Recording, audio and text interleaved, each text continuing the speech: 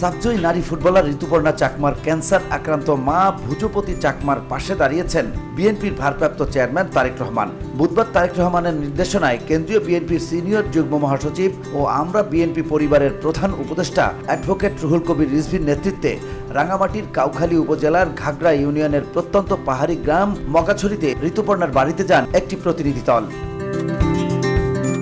এ সময় ফুটবলার ঋতুর পরিবারের প্রতি বিএনপির ভারপ্রাপ্ত চেয়ারম্যান তারেক রহমানের পক্ষ থেকে সহমর্মিতার বার্তা পৌঁছে দেন রুহুল কবির রিজভী। পাশাপাশি ঋতুপর্ণার মা ভুজপতি চাকমার হাতে তারেক রহমানের পক্ষ থেকে চিকিৎসা সহায়তা তুলে দেওয়া হয়। বিএনপির পক্ষ থেকে ঋতুর পরিবারের পাশে থাকার কথা জানিয়েছেন Ruhul Kabir Rizvi.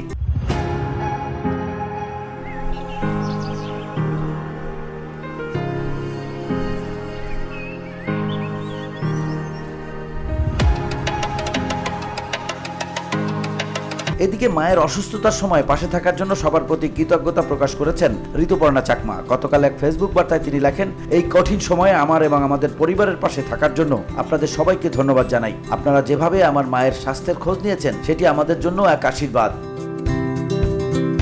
VOD Bangla news desk.